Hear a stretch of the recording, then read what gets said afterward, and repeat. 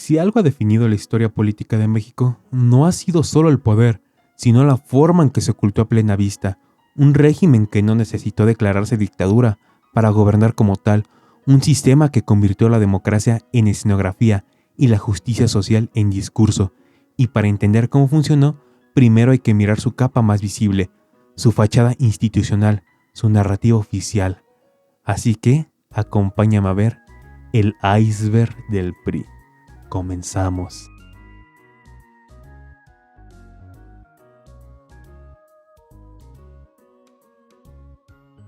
El PRI no nació de la nada. Fue el resultado de una operación política destinada a convertir el caos revolucionario en orden burocrático. Este proceso se dio en 3 reformulaciones clave. En 1929, Plutarco Elías Calles fundó el Partido Nacional Revolucionario. El objetivo claro: sustituir los cuartelazos por elecciones controladas y terminar con el poder de los caudillos. Para 1938, Lázaro Cárdenas transformó el partido en el Partido de la Revolución Mexicana, PRM. Aquí se consolidó el modelo corporativista: obreros, campesinos, sectores populares y militares organizados, no para representar a la sociedad, sino para subordinarla al Ejecutivo. Así nació la CNC, brazo del control agrario del Estado. Ya para 1946, el partido adoptó su nombre definitivo: Partido Revolucionario Institucional, PRI. La revolución dejó de ser un cambio social y se convirtió en administración política bajo el lema de democracia y justicia social.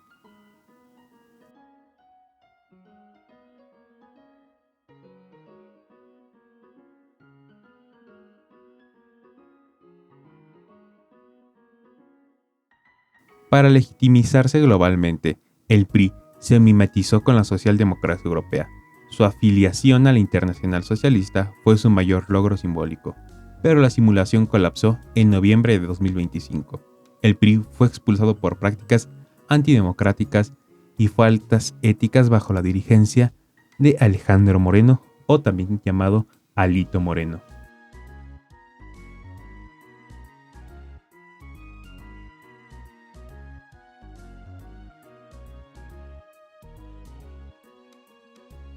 La corrupción no fue un error del sistema, fue su mecanismo central de funcionamiento.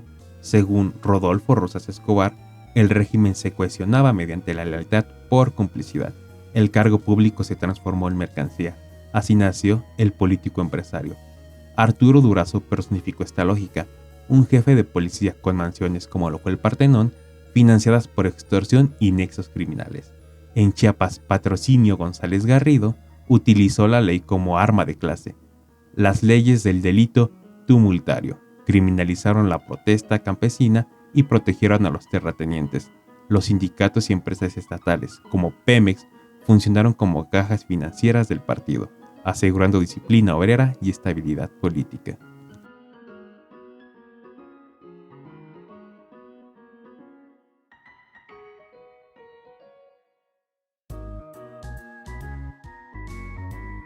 Durante décadas, el PRI fue el único canal real de ascenso político. Por ello, figuras como Andrés Manuel López Obrador se formaron dentro de sus filas.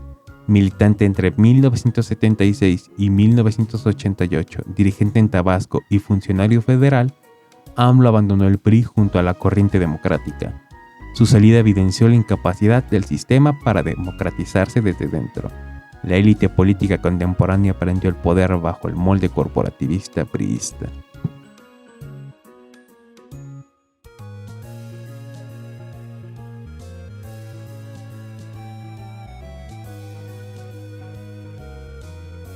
Cuando la corrupción no bastaba, el Estado optaba por la violencia.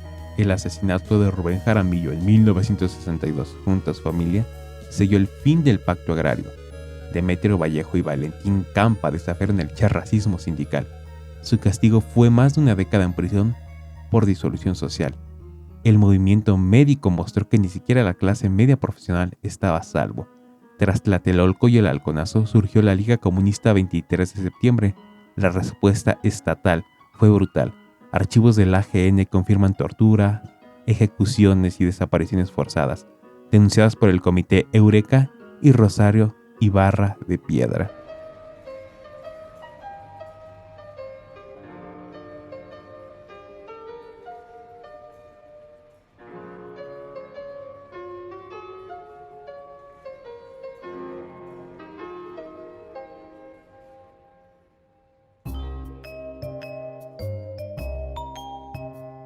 1994, el año que la certidumbre de México colapsó. El PRI nació con el magnicidio de Álvaro Obregón en 1928 y su declive comenzó con otro, el de Luis Donaldo Colosio. Pero no nos dejemos engañar, Lomas Taurinas no fue obra de un asesinato solitario, fue la manifestación cruenta de una ruptura en el Leviatán. El año empezó con el estallido del STLN en Chiapas, destrozando el sueño de modernidad de Carlos Salinas de Gortari. La sombra de Manuel Camacho Solís acechaba, la ambigüedad de Salinas creaba una tensión eléctrica en el partido. No se hagan bolas, decía el presidente. Colosio ya no era solo el candidato, era un hombre atrapado entre la oposición y el desprecio de su propio mentor. Yo veo un México con hambre y sed de justicia, decía Colosio. Este discurso fue su sentencia al declarar su independencia y reconocer la corrupción estructural. Colosio pasó de ser el heredero a ser una amenaza directa. 17 días después, fue ejecutado. El sistema, en un acto de megalomanía pura, prefirió acabar con su propio hijo para preservar el control, entregando el país a Ernesto Zedillo bajo una nueva y sangrienta política de riesgo.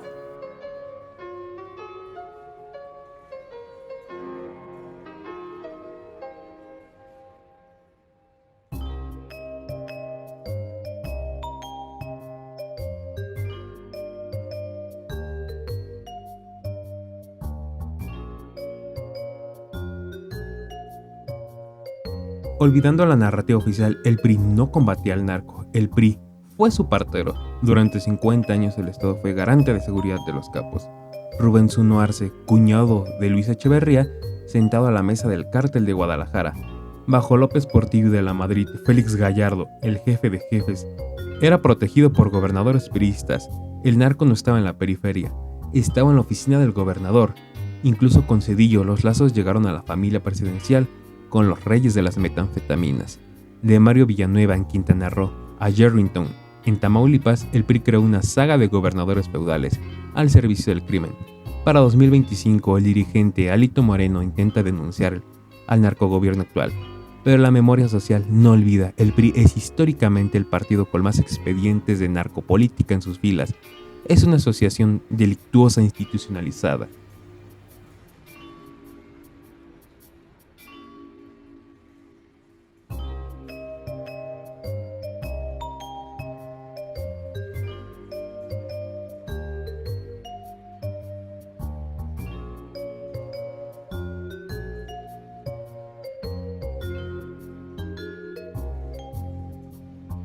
En 1930, el delirio nacionalista llegó a la Navidad. El presidente Pascual Ortiz Rubio, también llamado el Nopalito por chiquito y baboso, decidió que Santa Claus era un extranjerismo burgués. El decreto fue claro: Quetzalcóatl entregaría los juguetes. El 23 de diciembre, 15,000 personas vieron a un hombre disfrazado de serpiente emplumada repartir ropa en una pirámide frente al himno nacional. El Estado pretendía ser tan absoluto que quería administrar hasta las fantasías de los niños. El experimento fracasó en un año.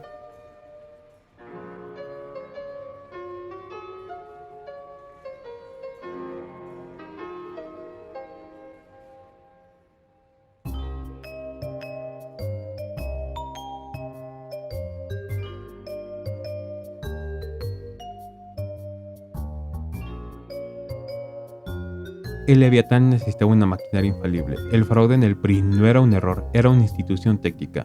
Un diccionario de la infamia que todo mexicano conoce. El ratón loco.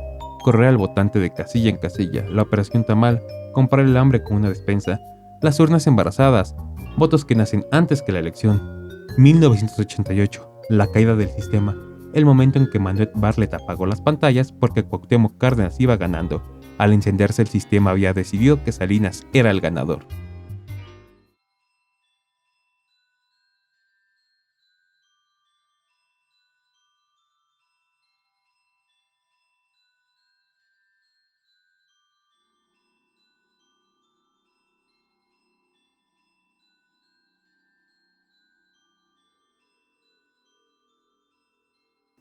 En el México posrevolucionario, la batalla por el futuro no se libraba en los salones de los poderosos, sino en las pizarras de las escuelas rurales. En 1934, Lázaro Cárdenas lanza una apuesta ambiciosa: transformar la educación para transformar la sociedad. No era solo enseñar a leer, era un intento del Estado por romper el monopolio moral de la Iglesia. El artículo 3 constitucional se convirtió en un arma de guerra. La educación socialista había llegado a México. La reforma buscaba ciudadanos críticos y científicos, pero desde los púlpitos se lanzó una ofensiva psicológica. Quien apoya al socialismo pierde el alma. En el campo, la sentencia no fue espiritual, fue física. Los caciques, temiendo que el conocimiento liberara a sus peones, armaron a fanáticos. Así surgió la trágica figura del maestro desorejado. Dicen los testigos, llegaron a la escuela y dijeron que no enseñáramos esas cosas. A la semana, el maestro no volvió. Nadie habló de eso. El precio de la alfabetización fue la sangre, asesinatos y torturas, maestros apedrados y mutilados por grupos que los acusaban de ateos, acoso, maestras perseguidas y expulsadas por comunidades hostiles, cenizas, escuelas rurales incendiadas bajo el amparo de la noche. Les desollaban las plantas de los pies para que no pudieran caminar de nuevo hacia una escuela. Les cortaban las orejas como marca de desprecio hacia estos profesores que solo buscaban hacer su trabajo. El proyecto socialista original perdió fuerza, pero dejó una semilla. Enero de 1959. Mientras el mundo mira a Cuba, Lázaro Cárdenas viaja a China. No fue turismo, fue un gesto que encendió la imaginación de la izquierda mexicana. Cárdenas regresó hablando de la revolución china como una revolución hermana. Fue una bofetada a la política exterior tradicional. La educación socialista de 1934 fue un intento de moldear la conciencia colectiva. Encontró resistencia y violencia extrema, pero dejó símbolos que atravesaron décadas. Hoy las preguntas persisten. ¿Qué papel debe jugar la escuela en la formación política? ¿Hasta dónde puede el Estado moldear la conciencia sin quebrar el tejido social? Los maestros rurales no solo llevaron letras, llevaron la idea de que el mundo podía ser diferente. Y muchos de ellos pagaron trágicamente con su vida por estas ideas.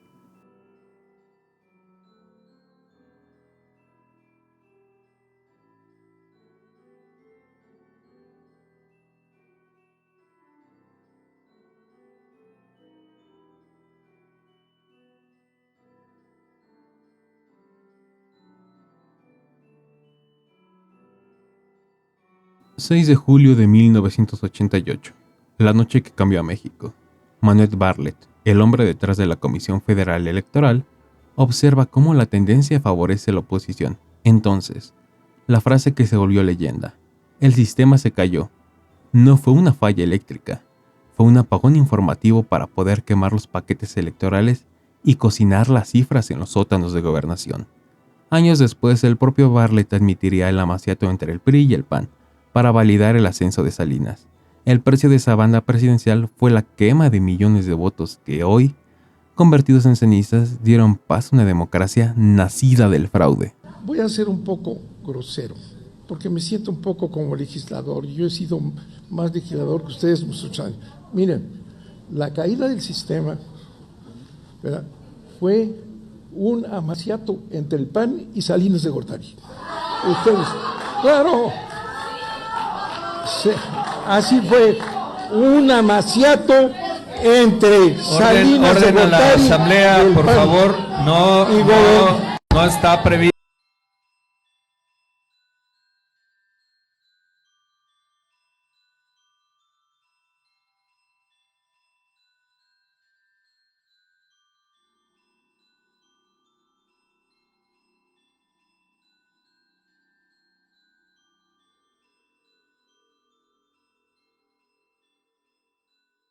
Arturo el Negro Durazo no fue un policía, fue un señor feudal con placa, nombrado por su compadre, el presidente José López Portillo. Convirtió la seguridad pública en una franquicia de extorsión. General de división por decreto y amo absoluto de la policía capitalina, Durazo entendió el poder no como un servicio, sino como un botín. Durazo institucionalizó la corrupción, la llamó el entre. No era una práctica informal, era la ley. Cada patrullero debía robar para pagarle al jefe. El delito no era abusar del ciudadano, sino entregar lo suficiente. La corrupción se volvió el combustible de la patrulla y el miedo la herramienta del control. Mientras la ciudad se descomponía, Durazo edificaba un imperio de excesos, discotecas privadas, establos de lujo y una mansión inspirada en la antigua Grecia. El Partenón de Zihuatanejo no era una casa, era una provocación, un monumento al saqueo levantado con dinero arrancado de la calle. Durazo se creía intocable, investigaba los crímenes que él mismo ordenaba, fabricaba culpables, cerraba expedientes, imponía verdades bajo tortura. La justicia no era un fin, era una coartada. Pero todo exceso tiene un límite. Ese límite fue el río Tula. Los cuerpos ejecutados y abandonados como advertencia revelaron lo impensable. Y al mismo tiempo lo inevitable, la policía era la principal banda de asaltantes del país. Los ejecutores no eran criminales externos, eran parte del aparato que debía proteger. El imperio cayó, pero dejó cicatrices. El Partenón fue confiscado y su familia intentó recuperarlo durante décadas. La Suprema Corte cerró la última puerta legal. La mansión donde se celebraban fiestas con la élite política no será devuelta.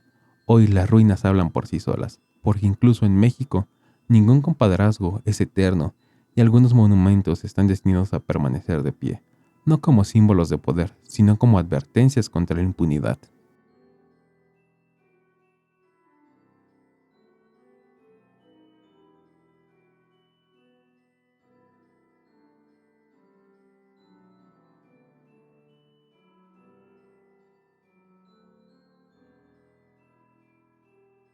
(2026) El PRI ya no es el hegemón, pero es el maestro de la supervivencia. Se mueve bajo una alineación conveniente. Hoy son la oposición férrea, los defensores de la democracia, que ellos mismos ayudaron a socavar.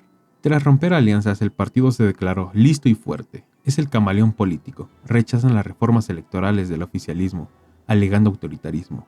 Mientras en sus pasillos aún resuenan los ecos del 88, una estrategia de purificación interna que busca borrar el pasado con nuevos discursos de libertad y justicia social.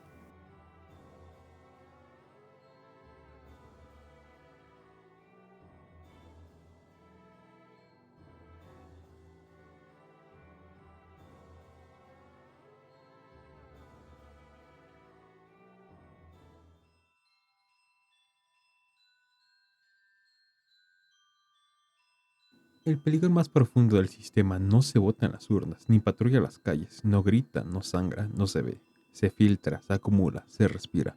Laguna Verde, la única central núcleo eléctrica de México, es hoy el punto más frágil de un Estado que confunde silencio con control.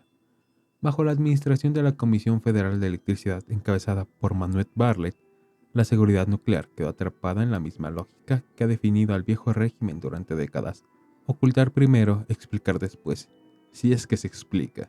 En septiembre de 2020, durante 13 horas consecutivas, Laguna Verde operó en una situación de riesgo naranja. Un error humano en el manejo de varillas de uranio coloca la planta a un paso del colapso. Un informe interno de la propia CFE, 13 páginas filtradas a la prensa, admitió lo impensable. Nula cultura de seguridad nuclear, personal rebasado y equipo obsoleto de la época priista. La advertencia estaba escrita. La respuesta fue el silencio. El 4 de enero de 2024, el fuego hizo lo que los reportes no lograron. Un incendio estalló en el edificio del rector de la Unidad 1. La reacción oficial no fue alertar a la población de Veracruz ni informar a instancias internacionales. La orden fue confiscar celulares y aislar al personal. No se trata de errores aislados, sino de una cultura institucional donde la imagen del Estado vale más que la seguridad de millones.